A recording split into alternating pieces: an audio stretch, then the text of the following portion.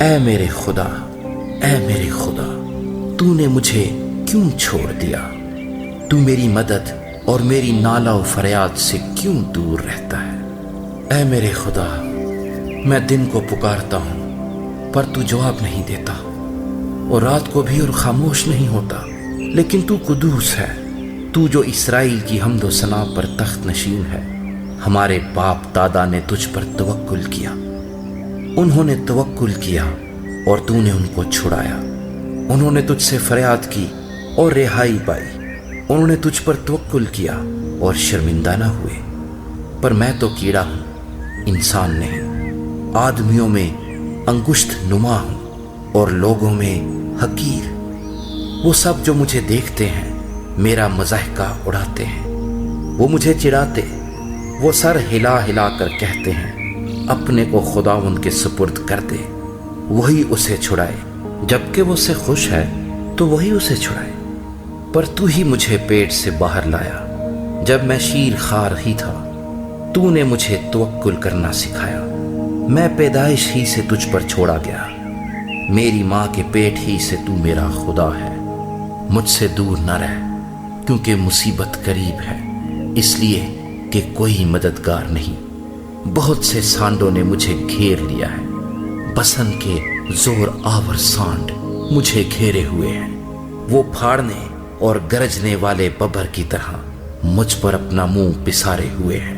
میں پانی کی طرح بہہ گیا، میری سب ہڈیاں اکھڑ گئیں، میرا دل موم کی مانند ہو گیا، وہ میرے سینے میں پگھل گیا، میری قوت ٹھیکرے کی مانند خشک ہو گئی، اور میری زبان میرے تالوں سے چپک گئی، اور تو نے مجھے موت کی خاک میں ملا دیا، کیونکہ کتوں نے مجھے گھیر لیا ہے، بدکاروں کی گروہ مجھے گھیرے ہوئے ہیں، وہ میرے ہاتھ اور میرے پاؤں چھیدتے ہیں، میں اپنی سب ہڈیاں گن سکتا ہوں۔ وہ مجھے تاکتے اور گھورتے ہیں، وہ میرے کپڑے آپس میں بانٹتے ہیں اور میری پوشاک پر کرا ڈالتے ہیں، لیکن تو اے خداوند دور نہ رہ۔ اے میرے چارہ ساز، میری مدد کے لیے جلدی کر، میری جان کو تلوار سے بچا، میری جان کو